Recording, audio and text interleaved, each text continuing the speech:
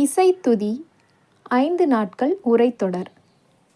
இறை இசைத்தாய் காரைக்கால் அம்மையார் இயற்றிய அற்புத திருவந்தாதியின் பாடல்களுக்கு ஆசான் மா. செந்தமிழன் அவர்களின் உரை. 5 நாட்கள் நேரலையில் செம்மை மரபுப்பள்ளி யூடியூப் தளத்தில் நடைபெறுகிறது. நேரம் காலை 5:50. நாள் 3 நவம்பர் 20 கார்த்திகை 4ஆம் நாள் வியாழக்கிழமை. பாடல் அறிவானும் தானே அறிவிப்பான் தானே. அனைவருக்கும் வணக்கம். இறை இசைத்தாய் காரைக்கால் அம்மையார் அருளி செய்த அற்புத திருவந்தாதியின் உரை விளக்கத் தொடரின் 3ஆம் பகுதி இது. அறிவானும் தானே அறிவிப்பான் தானே என்பது இன்றைய பாடத்தின் தலைப்பு. இது 20ஆம் பாடல்.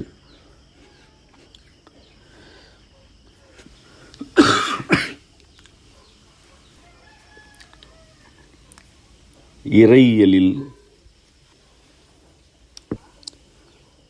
எங்கு சுற்றினாலும் தேடி அலைந்தாலும் திரிந்தாலும் இறுதியில் வந்து சேர்ந்தே ஆக வேண்டிய ஒரு நிலை உண்டு. அதுதான் இறையியலின் மூலம். அதுவே இறையியல் கருத்துகள் கொள்கைகள் யாவற்றிலும் உள்ள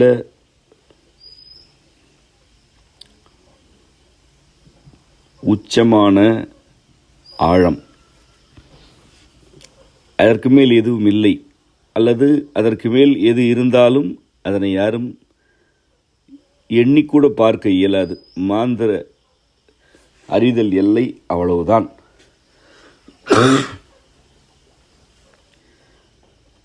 அந்த ஆழம் இறைவனது மூல நிலையை அப்படியே கொண்டிருக்கிறது, அல்லது அந்த ஆழத்தில்தான் இறைவன் தன் மூல நிலையில் இருக்கிறான். அதனை அறிந்து கொள்ளுதல், புரிந்து கொள்ளுதல், உணர்ந்து கொள்ளுதல் ஆகிய 3 படிநிலைகளில்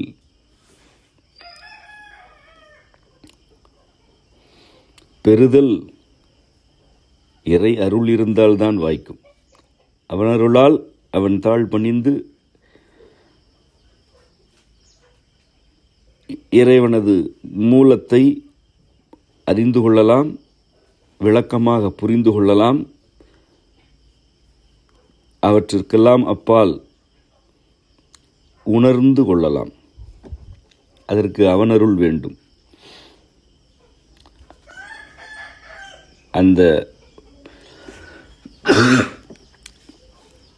மூலநிலை என்ன விளக்கத்தை வைத்திருக்கிறது என்பதனை சுருக்கமாக எளிமையாக அதன் சாரம் குறைவுபடாமல் நயம்பட உரைத்திருக்கிறார் அம்மையார்.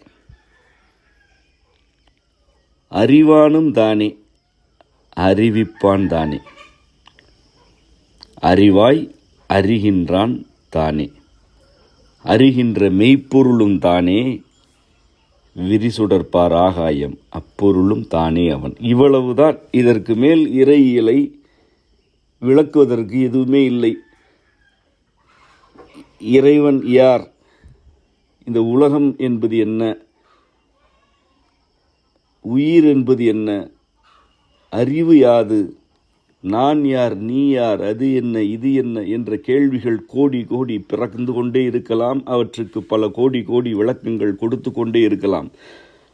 எவ்வளவு இருப்பினும் உண்மை ஒன்றுதான். அது அவன் மூலத்தில் உரைகிறது. அந்த மூலம் என்னவாக இருக்கிறது என்பதனை ஒரு பாடலுக்குள் அடக்கியவள் என் அன்னை காரைக்கால் அம்மை. ஒரு சொல் மிக இல்லை, ஓர் எழுத்தில் குறையில்லை. இதுதான் கருத்து, இவ்வளவுதான் கருத்து என்ற நேர்த்தி அவள் எந்த அளவுக்கு இறைவனோடு இரண்டரக் கலந்தாள் என்பதற்கு சான்றாக நிற்கிறது. அறிவானும் தானே, அறிந்து கொள்வான் அவன்தான், தானே அறிந்து கொள்கிறான். அறிவிப்பான் தானே, அவன்தான் அறிவிப்பு செய்பவன். ஒன்றை அறிந்து கொள்கிறோம் என்றால் அந்த அறிவு வெளிப்பட வேண்டும். அதுதான அறிவிப்பு. அவனே அறிவான், அவனே அதனை அறிவிக்கவும் செய்வான். அடுத்தது, அறிவாய் அறிகின்றான் தானே, அறிவாக அறிந்து கொள்பவனும் தானே. தானே என்றால் அவனே.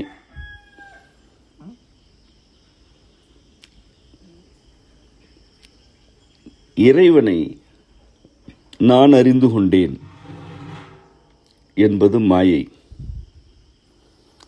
இறைவனை நான் அறிந்து கொண்டதனால் என் வாழ்க்கை இப்படியெல்லாம் இருக்கிறது அல்லது இருக்கும் என்பது மாயை வளர்ச்சியடைந்து கன்மத்துள் அடியெடுத்து வைக்கும் நிலை.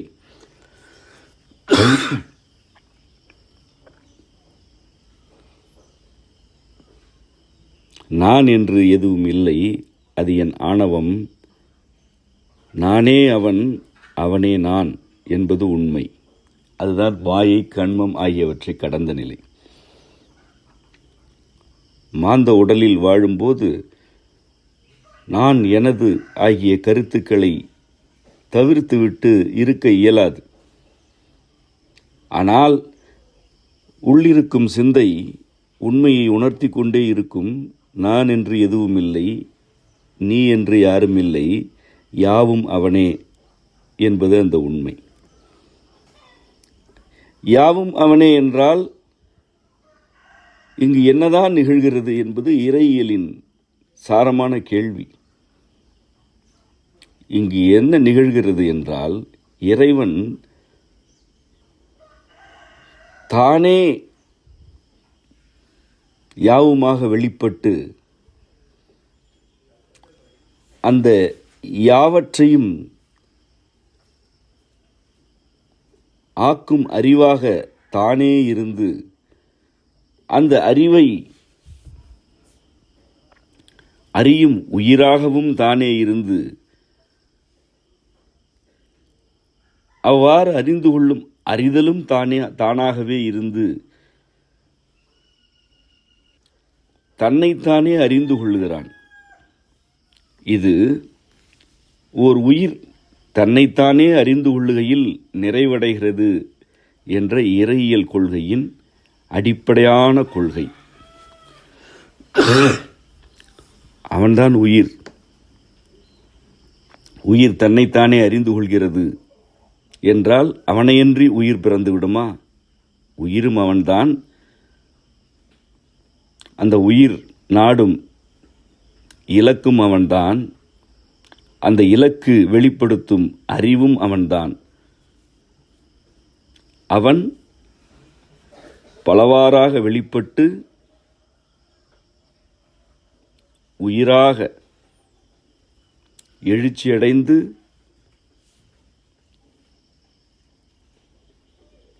எங்கிருந்து வந்தோம் என்ற கேள்விக்கான விடை தேடி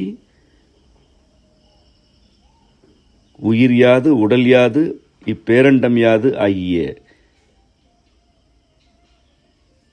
எல்லா கொள்கைகளையும் நாடி நாடி அறிந்து இறுதியில் ஒன்றை அந்த உயிர் அடைகிறது. நானே சிவம், நானே என்னை அறிந்து கொள்கிறேன் என்பது அந்த ஒன்று. இதுதான் மூலத்துள் மீண்டும் ஒடுங்கும் நிலை.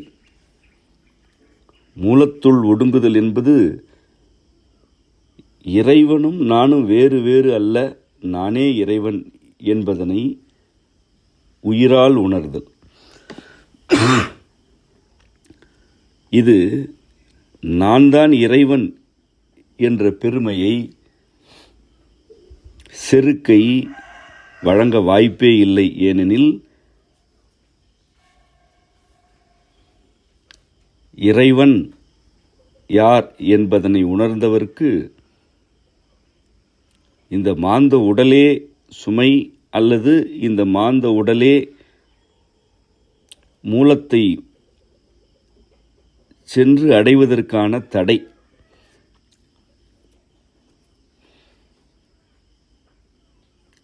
அதுவும் தானே உடலிலிருந்து நீங்குதல் கண்மம் என்றாகிவிடும். உடல் ஒரு தடைதான். ஆயினும் அந்த உடலுக்குரிய வாழ்க்கையை வாழ்ந்தாக வேண்டும். அதில் நிறைவுற்று கண்மத்தை கடக்க வேண்டும். உடல் தடை என்பதற்காக அதனை வருத்தினாலோ அல்லது அதனை முயற்சித்து நீங்கினாலோ அது கண்மம். மீண்டும் பிறவிச் சுழலுள் சிக்க நேரிடும்.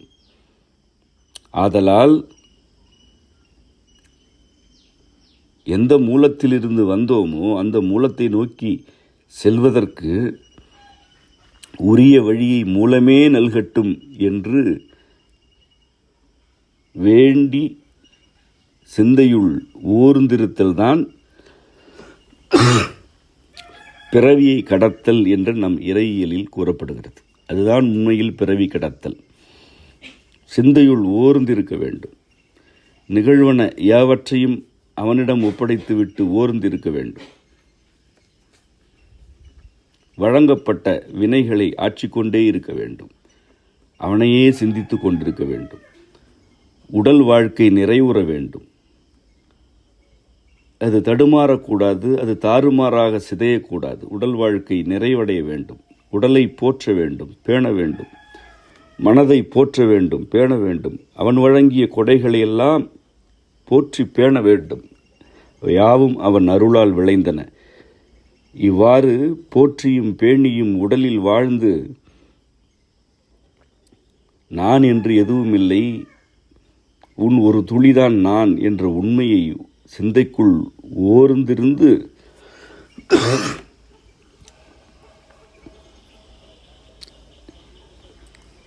உடலை விட்டு நீங்குதல் பிறவி கடந்த மூலத்தை அடையும் நிலை. இதில் என்ன நிகழ்ந்திருக்கிறது? ஒன்று எந்த புள்ளியிலிருந்து புறப்பட்டதோ அந்த புள்ளியை நோக்கி மீண்டும் சென்று விட்டது.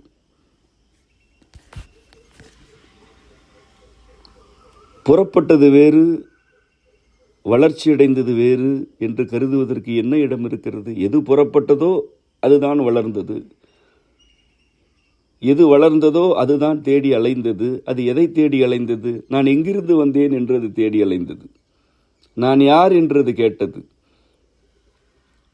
நீ இங்கிருந்து தான் வந்தாய் என்று மூலம் தன்னை அறிவிக்கிறது. இது அந்த மூலத்தை நோக்கி செல்வதற்கான வழிகளை சிந்திக்கிறது. இறுதியில் சென்றடைகிறது.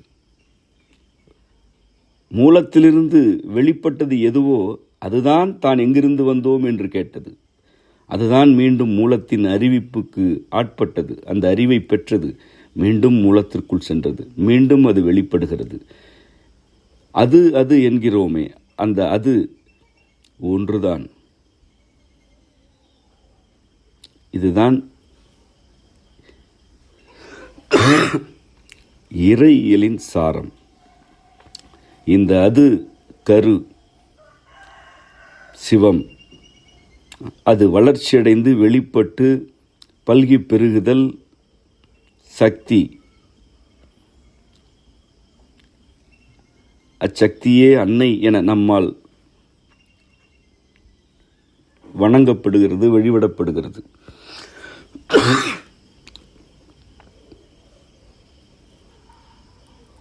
இந்த இரண்டை தவிர வேறு எதுவும் இல்லை. இந்த இரண்டும் ஓர்மையில் ஒன்று போல இருக்கின்றன. இது வேறு அது வேறு என்று இல்லை. ஆகவே இங்கு இருப்பது எது, எங்கிருந்து யாவும் வருகின்றன என்ற கேள்விக்கான விடையை அறிந்து கொள்வான் அவனே, அறிவானும் தானே. அவன் அறிந்து கொள்கிறான் என்றால் அதனை அறிவிப்பது யார்? அதுவும் அவனே.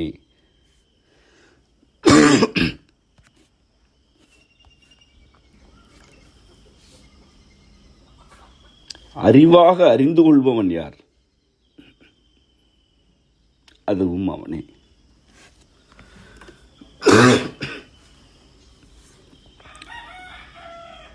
இவ்வாறு அறிந்து கொள்ளும் மெய்ப்பொருள் எது? இந்த அறிவு ஒரு மெய்ப்பொருளை அறிவிக்கிறது. அதனைத்தான் இவ்வளவு நேரம் விளக்கினேன். அந்த மெய்ப்பொருளும் தானே, அவன்தான். அடுத்ததாக சக்தி நிலையை விவரிக்கிறார். இதுவரை கூறப்பட்டவை சிவநிலை. விரிசுடர்பார் ஆகாயம் அப்பொருளுந்தானே அவன். விரி சுடர் பார் ஆகாயம், விரியும் சுடர் கொண்ட பார். இது ஒரு கருத்து.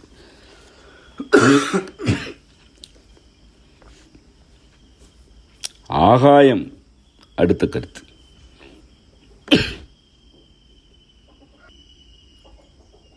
அப்பொருள் என்பது முந்தைய பொருட்கள், தானே அவன்.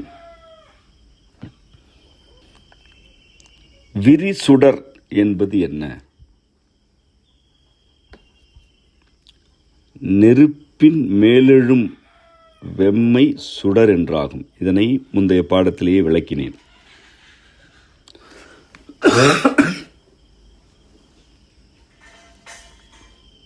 அந்த சுடர் விரிந்து கொண்டே இருக்கிறது. கதிரவன்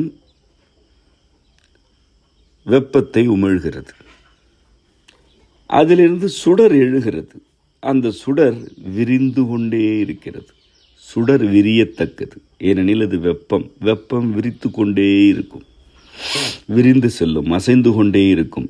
இவ்வாறு சுடர் விரிவதனால் பார் உருவாகிறது. வெப்பம் விரியவில்லை என்றால் பார் இல்லை. வெப்பம் விரிவடையாத பல பகுதிகள் பேரண்டத்தில் உள்ளன. அவையெல்லாம் பார் இல்லை. அவையெல்லாம் குளிர்ச்சியில் ஏறத்தாழ உறைந்திருப்பன. அங்கு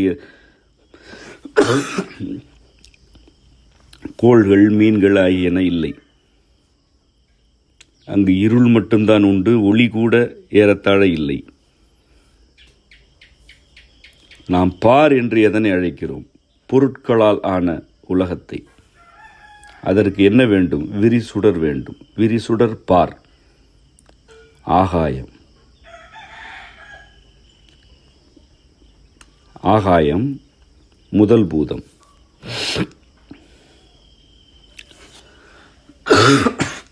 இந்த ஆகாயம் யாவற்றையும் உள்ளடக்கி இருக்கிறது. அதுதான் விரிசுடர் பார் ஆகியவற்றை உள்ளடக்கி இருக்கிறது.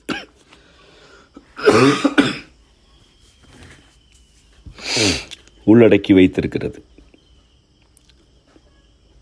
அறிவு, அறிதல், அறிவித்தல், மெய்ப்பொருளாகியன சிவநிலை. கருத்து அவையெல்லாம். விரிசுடர்பார் ஆகாயம் எனப்படுவது உருநிலை, அதாவது சக்தி நிலை.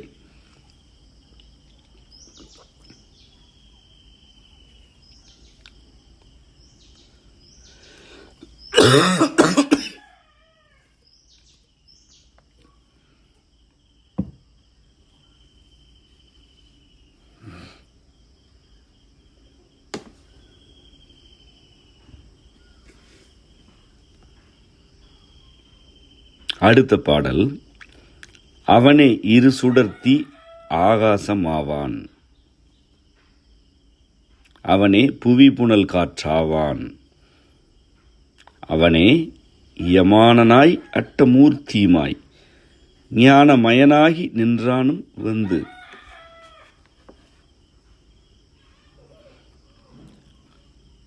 அவன்தான் இரு சுடர் தீ ஆகாசம் ஆகிறான்.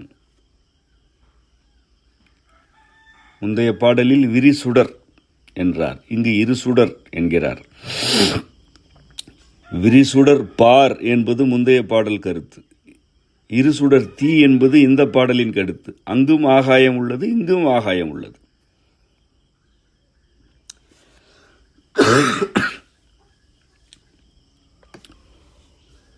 இரு சுடர் என்பது நம்முடைய மந்திரங்களில் பல இடங்களில் குறிக்கப்படும் ஒரு கருத்து. உண்மையில் அது ஒரு கொள்கை.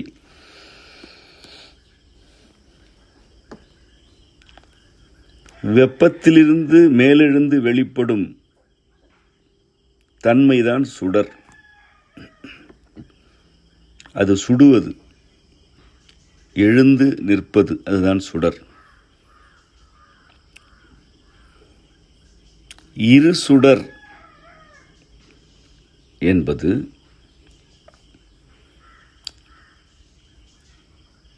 தோன்றிய நிலையில் இருக்கும் சுடர்,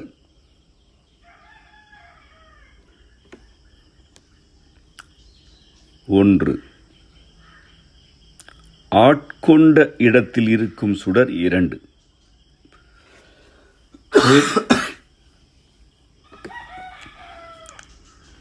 சுடர் கதிரவனிலிருந்து தோன்றுகிறது. இது வேறொரு கோளத்தை அல்லது கோளை ஆட்கொள்கிறது. ஆட்கொண்டு அதனை வெப்பமேற்றுகிறது.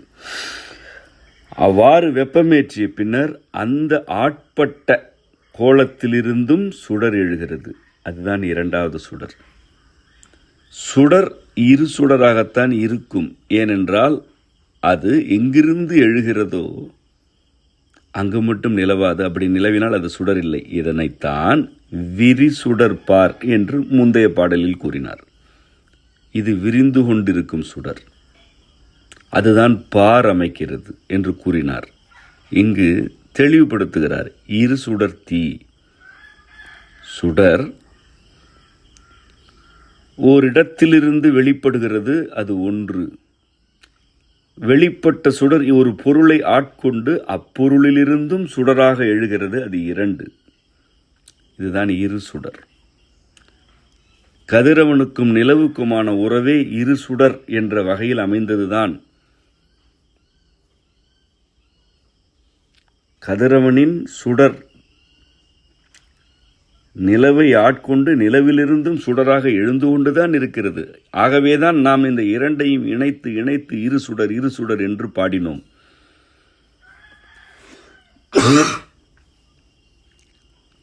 இருப்பவை இரண்டே இரண்டு சுடர் நிலைகள் என்று புரிந்து கொள்ளக்கூடாது. இரு சுடர் என்பது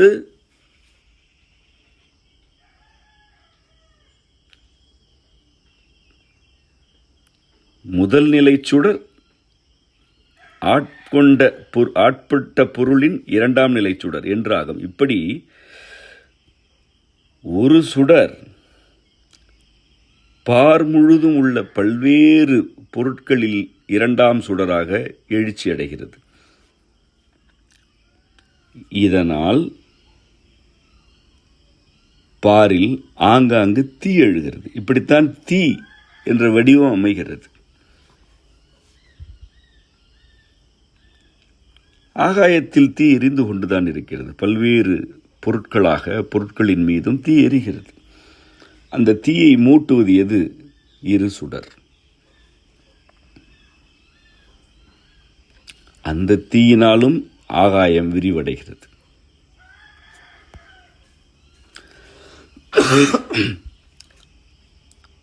இதில் உள்ள நுட்பத்தை நோக்குங்கள். அறிவானும் தானே அறிவிப்பான் தானே என்று தொடங்கி அறிவாய் அறிகின்றான் தானே, அறிகின்ற மெய்ப்பொருளும் தானே என்று வளர்ச்சி அடைந்தது அம்மையாரின் கருத்து.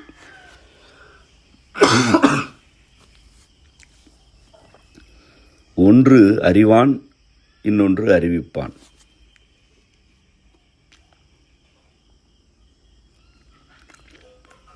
மூலம்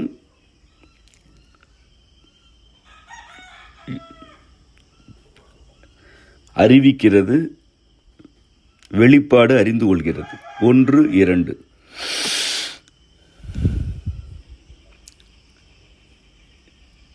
யாவும் 2 2ஆக இருக்கின்றன. உண்மையில் இந்த இரண்டும் ஓர்மையில் இருக்கின்றன. அதுபோல சுடரும் இரு சுடராக இருக்கிறது. ஒரு பொருளிலிருந்து சுடர் எழுகிறது. அது மற்றொரு பொருளை ஆட்கொண்டு அந்த ஆட்கொள்ளப்பட்ட பொருளிலிருந்தும் சுடர் எழுகிறது. இந்த சுடரும் அந்த சுடரும் ஒரு மூலத்திலிருந்து வந்தவை, ஆயினும் இரண்டாக காட்சியளிக்கின்றன. ஆகவே இவை இரு சுடர். அது மூலம், இது உடல், உயிர் என்று இரண்டாக காட்சியளிக்கிறது. ஆயினும் இந்த இரண்டும் ஒன்று. இதுதான் அறிவானும் தானே அறிவிப்பான் தானே என்ற கொள்கைக்கும் அவனே இரு சுடர் தீ ஆகாசம் ஆவான் என்பதற்குமான உறவு. அவனே புவி புனல் காற்றாவான். அவன்தான் புவி. இங்குள்ள புனல், புனல் எனப்படுவது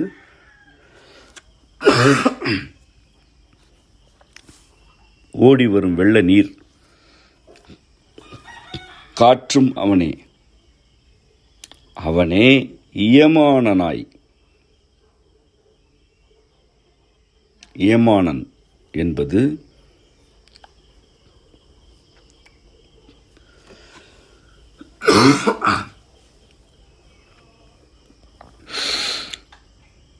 கொண்ட கொள்கையில் அசையாது நிலைநாட்டம் கொண்ட இறைவனது தன்மையை குறிப்பது. அதுதான் அடிப்படை கருத்து. அதற்கு அதுவே இயமன் என்றுமானது. அதுவே பேச்சு வழக்கில் யமன் என்று வழங்கப்படுகிறது. இவையெல்லாம் கதைகள். இயம் என்றால் எது இருக்கிறதோ அதனை அப்படியே உள்ளது உள்ளபடி வரையறுத்து கூறுதல் அல்லது அதனையே கொள்கையாக்குதல். தொல்காப்பியம் என்பது அப்படித்தான் வருகிறது. இயம் என்றால் ஒரு கொள்கையை தெள்ளத் தெளிவாக வரையறுத்து இருத்துதலும், அப்படியே அசைவில்லாமல் அதனை நிலைநாட்டுதலும். அதுதான் இயம்.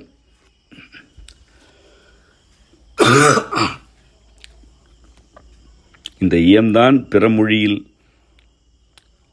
அயல் மொழியில்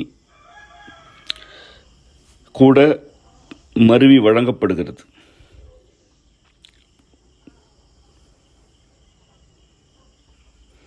இயமானன் என்றால் அப்படிப்பட்ட இயமாக ஆனவன், கொள்கையாகவே இருப்பவன்.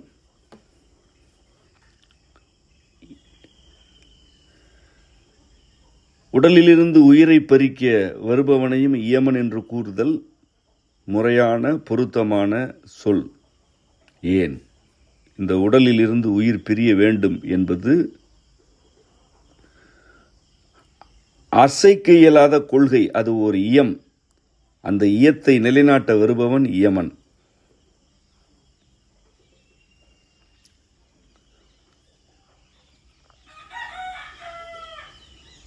மரணத்தை நிகழ்த்துபவன் கூற்றுவன் என்றும் அழைக்கப்பட்டான். அதுவும் நம் மரபு சொல். கூற்று என்றால் என்ன? ஒரு கொள்கையை இறுகப் பற்றி அசைவில்லாமல் இருந்தால் அது கூற்று. உன் கூற்று யாது என்றால் தெளிவாக உன் கருத்து யாது என கேட்டல். அசைவு இருக்கக்கூடாது, தெள்ள தெளிவானதாக இருக்க வேண்டும். அதுதான் கூற்று. கூற்றுவன் என்று ஏன் அழைக்கப்பட்டான்? அழைத்து செல்ல வந்தால் அசையாமல் நின்று அழைத்து சென்றே விடுவான். காலன் என ஏன் அவன் அழைக்கப்பட்டான்? காலமே அவன்தான். இந்த காலம் இதற்குரியது என்றால் அந்த காலத்தில் அதனை நிகழ்த்தியே தீருவான். இவ்வாறு மரணத்தை குறிக்கும் சொற்கள் கொண்ட கொள்கையில் உறுதியாக இருக்கும் தன்மையிலிருந்து தான் தமிழில் இயற்றப்பட்டன. மரணம் என்பதே உறுதியானது, நிலையானது, அசையாதது, எந்த வகையிலும் தப்பிச் செல்வதற்கு வாய்ப்பற்றது என்ற கருத்தை கொண்டதுதான். ஆகவேதான் இயமானன், கூற்றுவன், காலன் ஆகிய சொற்கள் யாவுமே அசையாத்தன்மையை கொண்ட கொள்கையின் உறுதிப்பாட்டை கூறுவனவாக இருக்கின்றன. இவ்வாறு கூற்று, இயமன், காலன் ஆகிய சொற்கள் கொள்கை பிடிப்பை, பற்றுறுதியை, மாறாத்தன்மையை, அசைவின்மையை குறிப்பனவாக இருக்கின்றன. இயமானன் என்பது கூற்றுவனை குறிக்கும் சொல் மட்டுமென கொள்ளக்கூடாது. அதற்குத்தான் இவ்வளவு விளக்கமும். இயமானன் என்பவன் கொள்கையாகவே இருப்பவன். இயம் ஆனன், இயமாகவே இருப்பவன் இயமானன். அட்டமூர்த்தி என்பது, அட்டம் என்பது இறுக்கி கட்டும் அல்லது அடக்கும், உள்ளடக்கும் தன்மை கொண்ட என பொருள் தருவது. அது எண் நிலையில் எட்டினை குறிப்பது. அட்டம் என்றால் உள்ளடக்கும் பொருள் என பொருள் தரும். அட்டித்தரல் என்றால் ஒரு பொருட்களின் சேர்க்கையை ஒன்றாக இறுக கட்டுதல் என்று பொருளாகும். சில குண்டையூரில் சில நெல்லு பெற்றேன், ஆளிலை எம்பெருமான் அதை அட்டித்தர பணியே என சுந்தரமூர்த்தி நாயனார் இறைவனை வேண்டுவது பாடலாக இருக்கிறது. அட்டித்தர பணியே என்றால் நெல் குவிந்திருக்கிறது, குவியல் குவியலாக நிறைய என்றதற்கு பொருள் இல்லை. நெல் மணிகள் இருக்கின்றன, ஒரு குவியலாக இருக்கின்றன. அவற்றை மூட்டையாக கட்டி கொடு என்று இறைவனை வேண்டுகிறார். அதற்கு ஆள் இல்லை என்று புலம்புகிறார். அதுதான் அட்டித்தர பணியே எனப்படுவது. அட்டம் எனப்படுவது உள்ளடக்குவது. எண் நிலையில் அது எட்டினை குறிப்பது. ஏனெனில் எட்டு யாவற்றையும் உள்ளடக்கிவிடும். அட்டமூர்த்தி எனப்படுவது எட்டு திக்குகளுக்கும் உரிய இறைவனின் வெளிப்பாட்டு தன்மைகளை குறிக்கும். அந்த எட்டு இறை வெளிப்பாட்டு நிலைகளும்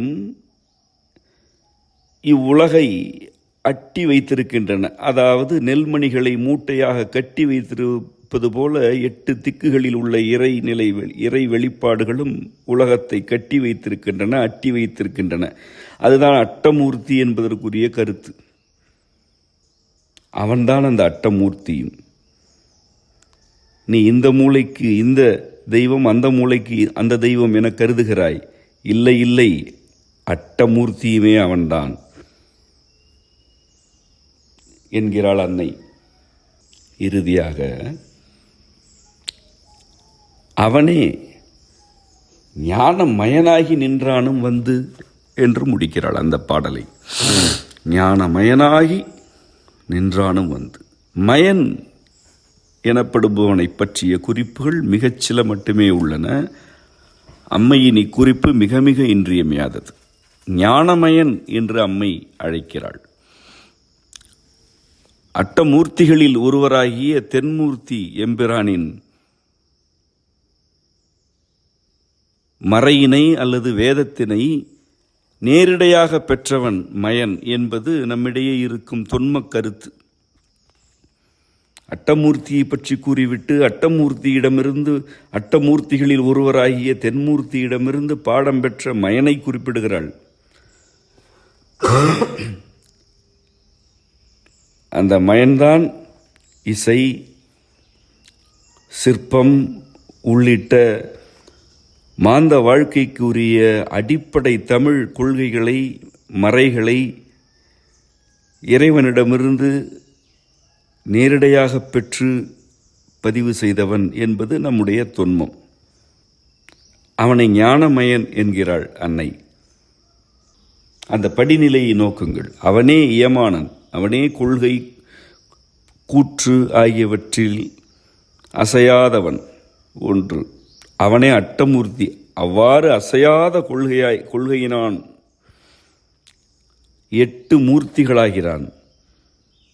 அடுத்து அந்த 8 மூர்த்திகளில் ஒருவராகிய தென்மூர்த்தி மறைக்கருத்துகளை நல்குபவன். இது 3ஆம் நிலை. இந்த தென்மூர்த்தியிடமிருந்து மறைக்கருத்துக்களை பெற்றவன் ஞானமயன். இவர்கள் யாவரும் அவனே. ஞானமயனாகி நின்றானும் அவன்படி வந்து நின்றான். ஏனென்றால் ஞானமயன் என்பவன் மாந்த பிறப்பு. மாந்த பிறப்பில் நின்றானும் அப்படி நின்றான் ஐயா. ஆனால் அவன் இறைவன். ஒரு மனிதன் போல் இருந்தான்,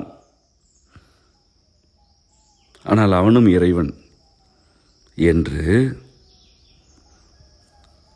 இறையியலின் மூலக் கொள்கையை அறிவு தன்னைத்தானே அறிந்து கொள்கிறது, அதுவே தன்னை அறிவித்துக் கொள்கிறது என்று தொடங்கி மெய்ப்பொருளே தன்னை தேடி அடைந்து கொள்கிறது என்ற ஆழ்ந்த இறையியல் கொள்கையை விளக்கி, இரு சுடர் என்று இருக்கிறது, அது தோன்றிய இடத்தில் ஒன்றாகவும் அது ஆட்படுத்தும் இடத்தில் இன்னொன்றாகவும் இருக்கிறது என்று வெளிப்பாடும் 2 போல் தோன்றினாலும் அது ஒன்றுதான் என்று விளக்கி, ஆகாயம், பார், தீ, புனல், காற்று ஆகியன யாவுமே வெவ்வேறு என்று இருந்தாலும் யாவுமே அவன்தான் என விவரித்து வந்து